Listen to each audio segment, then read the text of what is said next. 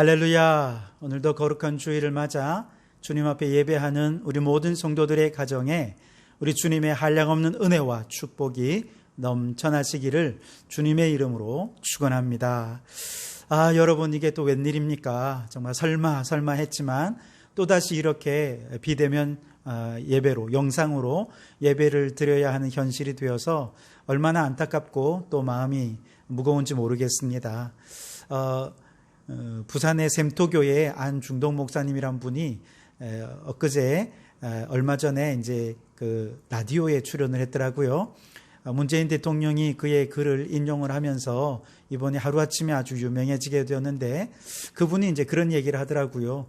우리가 이렇게 비대면으로 예배를 드리게 된 것은 어느 곳에서나 하나님을 예배하는 자가 되라고 하나님께서 이런 비대면의 시간을 주셨다, 이제 이런 이야기를 한 것을 읽었는데요.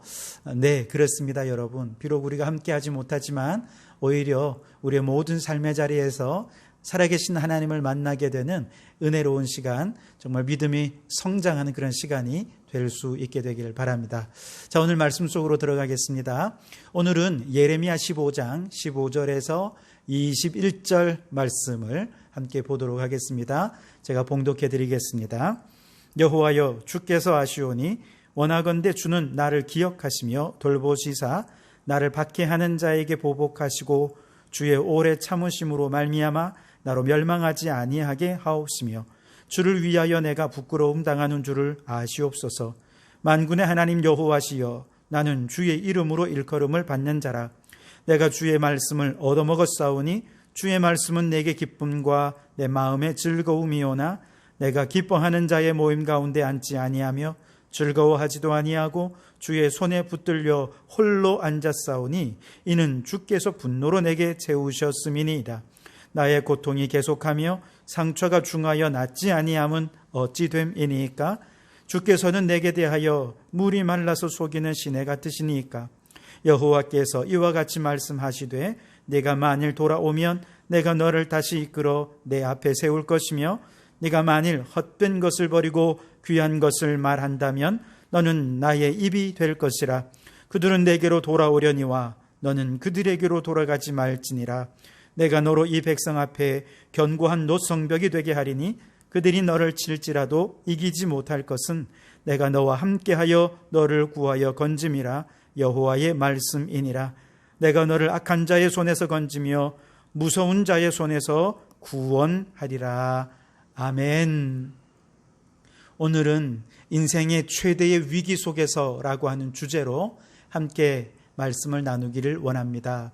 우리가 잘 아는 이스라엘의 다윗 왕, 그의 인생에는 참 여러 위기들이 있었지만 그 인생의 최대의 위기라고 한다면 그것은 아들 압살롬이 그를 반역한 일이 아니었을까, 그렇게 생각해 볼 수 있겠습니다.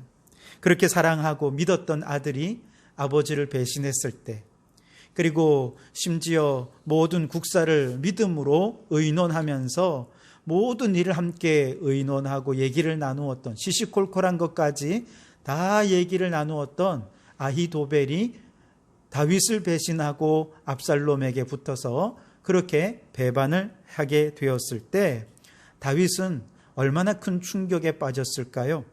그런 인생의 최대의 위기 속에서 이제 압살롬을 피해서 어쩔 수 없이 예루살렘 성전으로부터 피신해서 성전을 빠져나와야 했을 때 다윗은 이 비난의 행렬 속에서 자신의 집 문서, 땅 문서 챙긴 것이 아니었습니다. 해외 도피 자금 챙긴 것도 아니었습니다. 그때 다윗이 그 누구도 생각하지 못했던 가장 강력한 무기 하나를 잘 챙기게 되는데요. 바로 이것으로 인해서 나중에 그가 다시 왕궁으로 복귀하게 되는 아주 결정적인 무기가 되는 것이 하나가 있었는데, 바로 인생의 최대의 위기 속에서 다윗이 챙긴 최고의 무기는 무엇이었을까? 그것은 바로 기도였습니다. 기도라는 무기였습니다. 시편에 다윗의 여러 시들이 많은데 그 중에서 압살롬의 반역과 관련되어서 쓴 시가 무려 5편에 달합니다. 시편 3편, 시편 4편, 시편 55편, 시편 63편, 시편 64편. 이 모두가 다 그가 인생 최대의 위기 속에서 하나님 앞에 기도로 쓴 시가 바로 이 시들입니다. 그래서 시편 3편은 이렇게 시작합니다. 여호와여, 나의 대적이 어찌 그리 많은지요? 일어나 나를 치는 자가 많으니이다. 기도하고 있습니다. 시편 4편 1절에도 내 의의 하나님이여, 내가 부를 때에 응답하고서 곤란 중에 나를 너그럽게 하셨사오니 내게 은혜를 베푸사 나의 기도를 들으소서. 기도하고 있습니다. 시편 55편 1절에도 하나님이여, 내 기도에 귀를 기울이시고 내가 간구할 때에 숨지 마소서. 기도하고 있습니다. 63편 1절에 하나님이여, 주는 나의 하나님이시라. 내가 간절히 주를 찾되 물이 없어 마르고 황폐한 땅에서 내 영혼이 주를 갈망하며 내 육체가 주를 앙모하나이다. 시편 64편 1절에도 하나님이여, 내가 근심하는 소리를 들으시고 원수의 두려움에서 나의 생명을 보존하소서. 모두가 다 기도하고 있습니다. 여러분, 이건 사실 내용을 쭉 읽어보시면 하나하나가 다 기도이긴 하지만 기도라기보다는 그냥 하나님 앞에 단식하는 내용들입니다. 오늘 우리로 말하면 아이고 죽겠다 하는 것입니다. 아이고 주여, 아주 나 죽겠습니다. 나 좀 도와주십시오. 무슨 기도의 격식이 있는 것도 아니고요. 그냥 무조건 하나님 앞에 얼마나 다급했으면, 얼마나 간절했으면 무슨 격식도 없이 그냥 하나님 앞에 단식하고 눈물로 침상을 띄우고 이런 기도를 드리는 것이죠. 이것은 마치 산 위에 낭떠러지에서 떨어졌지만 이제 가까스로 밧줄 하나 붙잡고 생명을 유지하는 것과 같습니다. 여러분, 이때 그 밧줄은 무엇입니까? 그에게 그냥 밧줄이 아니라 생명줄이잖아요. 그거 놓치면 그 죽는 것입니다. 그것은 희망의 줄입니다. 그거 없으면 그는 희망도 사라지는 것이죠. 다윗은 압살롬의 반역이라고 하는 인생 최대의 위기 속에서 기도라고 하는 가장 강력한 밧줄을 생명줄처럼 붙잡고 기도하며 하나님을 의지했던 것입니다. 그 결과 다윗을 반역했던 자들은 다 결국 뿔뿔이 흩어져서 도망가고 잡히고 자살하고 그렇게 최후의 불행한 죽음을 맞이하지만 다윗은 다시 화려하게 왕으로 복귀하고 왕궁으로 돌아올 수 있었던 것입니다. 여러분, 지금 우리 대한민국은 또 이 나라 모든 백성들은 정말 최대의 위기를 맞이하고 있습니다. 이것이 최대의 위기가 될는지 아니면 지금보다 더 큰 위기가 올는지 우리는 알 수 없습니다만 아마 지금까지 이만한 위기는 또 없지 않았을까 싶을 정도로 적어도 지금 이 순간까지의 문제 속에서 대한민국은 가장 큰 위기 속에 있다 해도 과언이 아닐 것입니다. 코로나의 재확산으로 인해 경제가 돌아가지 않아 수십 년 동안 운영해온 가게가 적자를 면하지 못해 그만 문을 닫고 가게를 내놓아도 인수하는 사람이 없고 중고 그릇상에는 폐업한 식당에서 나온 물건들로 가득 채우고 있다고 합니다. 경제적으로 위기입니다. 국민들의 마음이 분열되었습니다. 정치인을 신뢰하지 못하고 있습니다. 정치가 위기입니다. 이 나라 여러 가지 면이 큰 위기에 있습니다. 교회가 확진자가 나오면 교회가 비난을 받고, 가게가 확진자가 나오면 그 가게가 비난을 받고, 이렇게 어느 하나 타겟을 잡아서 그것을 비난하고 정죄하기에 골몰하니 이 나라가 위기가 아닐 수가 없습니다. 인생 최대의 위기를 맞은 이 나라가 챙겨야 할 가장 중요한 무기가 무엇일까요? 우리가 붙잡아야 할 생명줄, 그 밧줄은 무엇일까요? 그것은 바로 기도줄인 줄 믿습니다. 기도하면서 우리의 모든 인생의 짐을, 우리가 겪고 있는 이 환난을, 어려움을 다 주님께 맡기십시오. 그러면 하나님께서 들으시고 이 위기를 이길 수 있게 해 주실 줄 믿습니다. 시편 55편에서 다윗은 기도합니다. 네 짐을 여호와께 맡기라. 그가 너를 붙드시고 의인의 요동함을 영원히 허락하지 아니하시리로다. 여러분, 지금이야말로 한국교회가 기도의 줄을 굳게 붙잡고 우리가 지고 있는 이 인생의 짐을, 이 나라의 짐을, 코로나의 짐을, 경제적인 짐을 하나님께 다 맡기면 하나님께서 이 나라 다시 회복시켜 주시고 다시는 흔들림 없는 나라가 되게 해 주실 줄 믿습니다. 위기 속에 있는 백성들 다시 일으켜 세워 주실 줄 믿습니다. 그러므로 여러분, 지금 이때 우리가 함께 기도함으로, 기도로 위기를 잘 극복해가는 성도들이 되시기를 주님의 이름으로 축원합니다. 이 말씀을 제가 왜 드리냐 하면 오늘 예레미야서의 말씀도 이와 똑같아요. 지금 예레미야의 인생에 최대의 위기를 맞이하고 있습니다. 그는 분명 하나님께서 이스라엘 백성의 멸망을 그 백성들 앞에 선포해라, 그렇게 말씀하시고 사명 주셔서 하나님의 명령을 따라 사명에 충실하게 주의 말씀을 선포했습니다. 그것이 선지자의 사명이 아닙니까? 그런데 나라가 망한다고 선포하는 겁니다. 그러니 그 말씀을 좋아할 사람이 어디 있겠습니까? 아무리 하나님의 말씀을 대언하는 것이라고 해도 이렇게 나라가 망한다는 얘기 좋아할 사람 아무도 없습니다.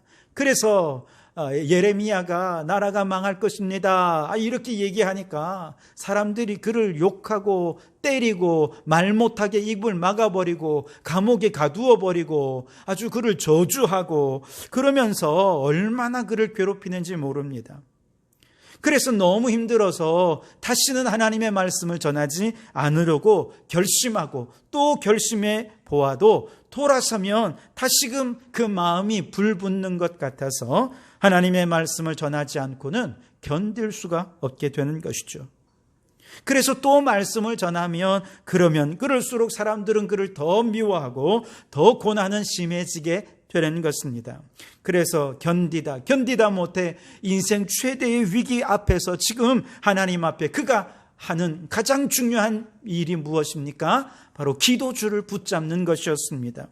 기도줄이 생명줄인 줄 알고 그는 주님 앞에 기도하는 것이 오늘 본문입니다. 15절 말씀에 여호와여 주께서 아시오니 원하건대 주는 나를 기억하시며 돌보시사 나를 박해하는 자에게 보복하시고 주의 오래 참으심으로 말미암아 나로 멸망하지 아니하게 하옵시며 주를 위하여 내가 부끄러움 당하는 줄을 아시옵소서. 그렇게 말씀합니다. 다윗도 그랬듯이 예레미야도 마찬가지입니다. 무슨 기도의 격식이나 기도의 형식 따위 지금 막 죽게 생겼는데 그런 게 어디 있습니까? 그래서 막 두서없이 기도합니다. 그런데 그 내용이 뭡니까? 하나님 아시지요, 하나님 알아주십시오, 그렇게 기도하고 있습니다. 그래서 오늘 2번 아시오니 아시옵소서 하고 그렇게 기도하는 거죠.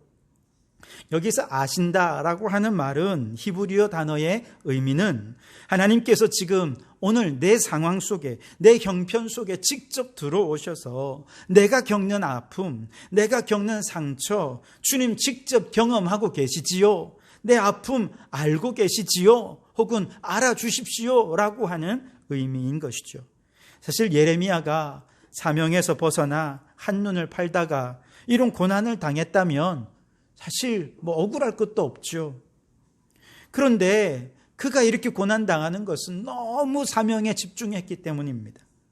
이 사명에 집중하느라고 그는 단 한 번도 세상의 즐거움이나 세상의 쾌락에 빠져본 적이 없습니다. 오히려 그런 거 다 단절하고 오직 사명에만 붙잡혀서 홀로 하나님 앞에 있었습니다. 오늘 17절 말씀에 내가 기뻐하는 자의 모임 가운데 앉지 아니하며 즐거워하지도 아니하고 주의 손에 붙들려 홀로 앉았사오니 이는 주께서 분노로 내게 채우셨음이니이다.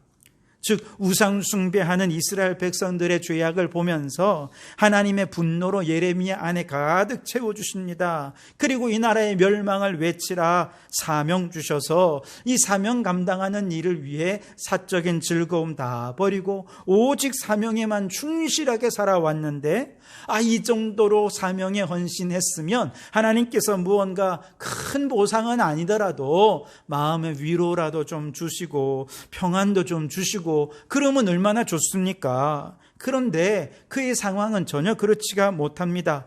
오늘 18절 말씀에 나의 고통이 계속하며 상처가 중하여 낫지 아니함은 어찌 됨이니까. 정말 고통이 끝없이 이어집니다. 내가 받은 상처가 너무 큰데 이게 너무 중해서 낫지를 않는 것입니다. 그래서 그가 이 기도의 줄을 유일하고 최종적인 그의 생명줄로, 희망의 줄로 붙잡고 지금 간절히 하나님 내 상황, 내 형편 아시지요? 제발 좀 알아주십시오 하고 기도하고 있는 것입니다. 서울 후암동 삼광초등학교 후문에는 삼광문구가 있습니다. 이 삼광문구는 초등학교 아이들의 참새 방앗간과도 같은 곳이었습니다. 주인 아저씨 앞에서 애교 부리고 까불면 쥐포 하나라도 더 얻어먹을 수 있었고, 따돌림 당하는 아이들 그 주인 아저씨가 보듬어 주셨고, 문구를 빠뜨리고 와서 교문 사이로 아줌마 아줌마 하고 부르면 챙겨오지 못한 문구를 교문까지 갖다 두셨던 참 사람 냄새 나는 곳이었습니다. 올 초에는 졸업한 아이들, 항상 그곳을 들르는 아이들 6명이 있었는데 그 아이들을 위해 작은 선물을 준비했었는데 그만 코로나 사태가 터지는 바람에 선물을 주지 못해 못내 아쉬워하는 내용이 TV에 전파를 타고 이 소식을 들은 아이들이 뒤늦게라도 그 문방구를 찾아가 선물을 받고 너무너무 고마워했다는 참 따뜻한 문방구입니다. 그런데 이곳이 엊그제 다시 TV에 나왔습니다. 그런데 이제 더 이상 견디지 못하고 그만 폐업을 결정하게 되었다고 합니다. 코로나로 아이들이 학교를 나오지 않는 시간이 길어지게 되면서 도저히 견딜 수가 없었던 것이죠. 아이들이 찾아오지 않는 문방구를 하루 종일 바라보면서 이제는 할머니가 된 문방구 주인은 어떤 마음이 들었을까요? 아이들과의 이별을 준비하는 그 마음은 얼마나 힘들고 아팠을까요? 그런데 이처럼 현재 학교 앞 문방구가 폐업을 하는 경우가 점점 많아진다고 합니다. 문방구뿐이겠습니까? 식당들도 줄줄이 폐업하고 있어요. 그래서 그냥 겉으로 보기에는 오늘 또 한 집 폐업하나 보다 싶지만 그 속을 들여다보면 정말 수십 년 맛집으로 유명한 집들도 더 이상 세를 감당할 수가 없어서 직원들 월급 감당할 수가 없어서 버티다가 못해 눈물을 머금고 어쩔 수 없이 폐업을 결정하는 가게들이 늘어나고 있다는 것입니다. 그렇게 맛집으로 소문나기까지 얼마나 많은 정성과 노력을 기울였겠습니까? 차라리 음식점에 열심을 내지 않고 딴짓하다가 망하게 되고 폐업하게 되었다면 그냥 후회는 되겠지만 억울하지는 않을 거예요. 손님들이 오시면 언제라도 따뜻한 요리를 해서 내드려야 하기 때문에 1년 365일 화장실 한번 제대로 못 갑니다. 남들 좋아하는 해외여행, 그렇게 좋다는 하와이도 한 번도 못 가보고 하와이는커녕 제주도 여행도 제대로 못 가본 채 그렇게 열심히 손님들에게 최선의 음식을 제공하기 위해 열심히 최선을 다해 성실히 살아왔던 분들입니다. 이분들이 하루아침에 폐업을 결정할 때 그 마음 얼마나 찢어지겠습니까? 바로 이런 인생 최대의 위기 속에서 하나님 가게를 내놓아야 하는 이 피눈물 나는 심정, 주님 제발 좀 알아주십시오. 기도줄 붙잡으라는 것입니다. 어제 광주에 우리 최 집사님 딸 아란이 결혼식에 다녀왔습니다만 하나님이 코로나가 깊어지는 상황 속에서 결혼을 할 수도 없고 안 할 수도 없어 발만 동동 구르고 있는 이 상황을 주님 제발 알아주십시오. 얼마나 그 가정에서 기도를 많이 했겠습니까? 주님, 코로나로 인해 빚더미에 올라앉았습니다. 매일같이 이자가 쌓여갈 때마다 가슴이 덜컹덜컹 내려앉습니다. 주님 제발 내 마음을 알아주십시오. 내 힘으로 어찌할 수 없는 정말 미칠 것 같은 현실 속에서 예레미야 선지자가 붙잡을 수 있는 유일한 희망은 기도줄밖에 없었습니다. 우리도 코로나를 내 힘으로 어찌할 수 없지 않습니까? 전 세계적인 이 문제를 우리가 어떻게 할 수 있겠습니까? 하루아침에 퍼붓고 더 그냥 지나가는 저 폭우 앞에서 우리가 무슨 힘이 있겠습니까? 산이 무너지고 땅이 꺼지고 제방이 무너지는 이런 현실 앞에서 우리는 아무 힘이 없습니다. 이거는 오직 하나님이 개입하셔야, 하나님이 도와주셔야 해결이 될 수 있는 문제인 것입니다. 그러므로 지금 우리가 기대하고 붙잡을 유일한 희망, 그것은 기도줄밖에 없는 줄 믿으시기 바랍니다.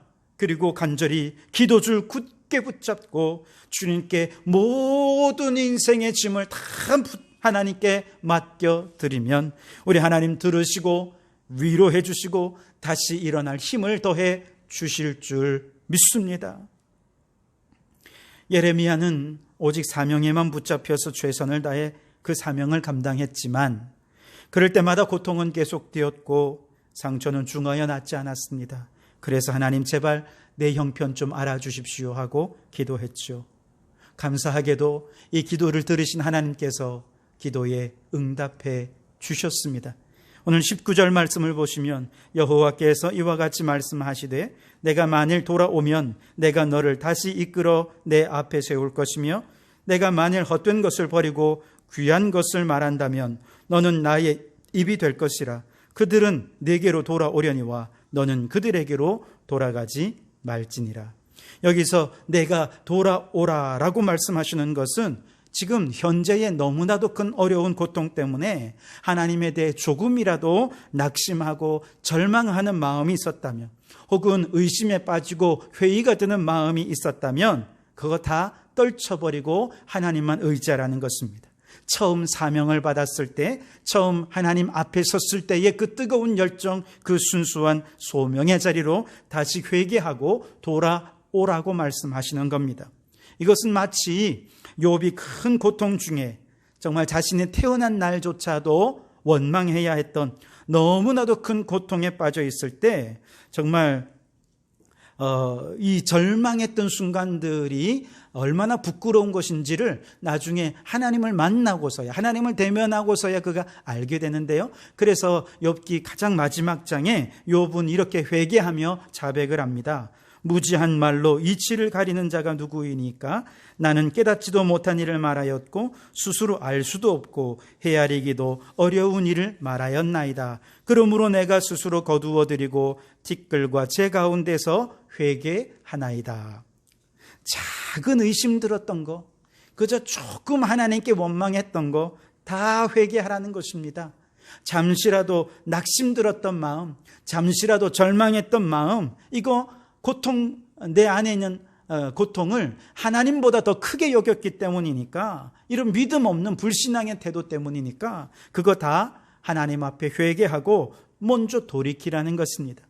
사실 인간적으로 볼 때 사람이 이 정도 고통 속에서 저 정도 낙심하지 않을 사람이 어디 있겠는가, 그렇게 생각할지 모르지만, 그러나 그렇게 범하는 작은 죄악까지도 철저히 하나님께 돌아와 하나님만 크게 보고 하나님만 믿고 하나님만 붙잡고 의지하게 된다면 하나님께서 그때 비로소 그에게 놀라운 축복을 약속해 주시는데 20절 말씀 21절까지 내가 너로 이 백성 앞에 견고한 노성벽이 되게 하리니 그들이 너를 칠지라도 이기지 못할 것은 내가 너와 함께하여 너를 구하여 건짐이라.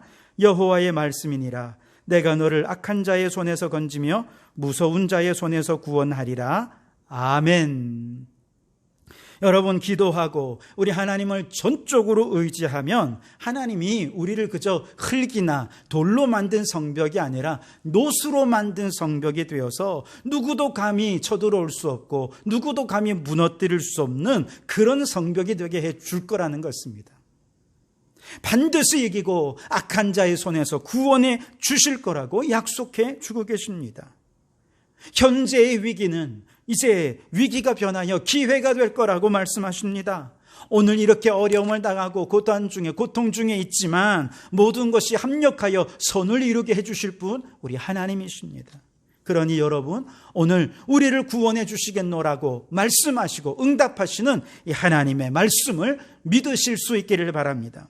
이 말씀이 믿어지면 우리 안에 기쁨이 회복됩니다. 즐거움이 회복됩니다. 우리의 진정한 기쁨이 바로 주의 말씀 속에 있다는 이야기이지요. 그래서 예레미야 선지자는 이 고통 가운데 늘 기도하면서 하나님의 말씀을 듣고 그 말씀을 받아 먹으면서 힘을 내고 다시 일어났음을 고백하는데 16절에 만군의 하나님 여호와시여 나는 주의 이름으로 일컬음을 받는 자가 내가 주의 말씀을 얻어먹었사오니 주의 말씀은 내게 기쁨과 내 마음의 즐거움이오나 그렇게 말씀을 하시죠. 여러분, 기도 중에 하나님의 음성을 듣고 하나님의 말씀을 듣게 될 수 있기를 바랍니다. 그 말씀을 잘 받아 먹어서 내 것으로 소화하실 수 있기를 바랍니다. 그러면 우리가 어떤 위기 속에 있다 할지라도 그 말씀을 받아 먹을 때 그 말씀이 우리에게 기쁨이 되고 즐거움이 되어질 줄 믿습니다. 여러분, 개인의 삶에 있어서나 혹은 신앙에 있어서나 오늘 이 나라 국가적으로 우리는 총체적인 위기 속에 놓여져 있습니다. 위기 하나가 끝났나 싶으면 그것이 다시 확산되어 더 큰 위기로 찾아오고, 위기가 하나가 있나 생각했더니 2개, 3개로 겹쳐서 찾아오니 오늘 우리는 얼마나 큰 위기 가운데 있습니까? 도대체 이 위기 속에 우리의 희망은 어디에 있습니까? 그것은 바로 기도에 있는 줄 믿습니다. 희망줄, 생명줄, 기도줄 붙잡으십시오.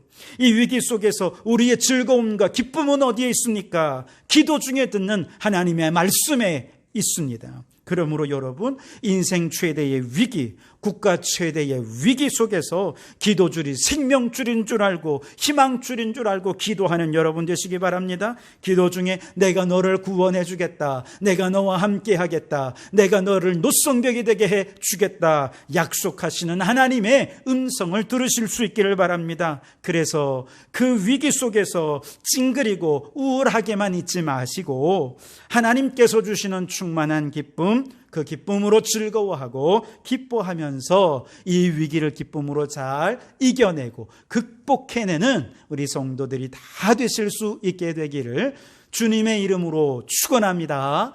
기도하시겠습니다. 하나님 아버지, 감사합니다. 인생 최대의 위기를 만났던 예레미야 선지자가, 인생 최대의 위기를 만났던 다윗이 하나님 앞에 간절히 기도줄 붙잡고 다시 하나님의 음성을 들으면서 그 속에 희망과 소망을 얻게 되었던 것처럼, 주여, 우리는 지금 개인적으로나 국가적으로 모두가 다 엄청난 위기 속에 있습니다. 인생 최대의 위기, 국가 최대의 위기 속에 우리가 붙잡을 유일한 희망줄, 또 생명줄, 오직 기도밖에 없는 줄 믿습니다. 우리가 기도로 이 위기를 잘 이겨내게 도와주시옵소서. 사방을 둘러보아도 기쁜 소식 하나 없고 어디를 둘러보아도 마음 답답할 뿐이지만, 그러나 기도하며 하나님의 말씀 듣고 하나님의 음성 듣고 내가 너와 함께하겠다, 너를 노성벽이 되게 해주겠다, 너를 구원해 주겠다, 그 음성 듣기만 해도 우리는 넉넉히 기쁨과 또 즐거움으로 충만케 되어서 위기를 잘 이겨내게 될 줄 믿습니다. 오 주여, 기도하는 성도들에게 응답하여 주시옵소서. 말씀하여 주옵소서. 말씀을 기쁨으로 삼으며 살아가는 저희들 되게 도와주시옵소서.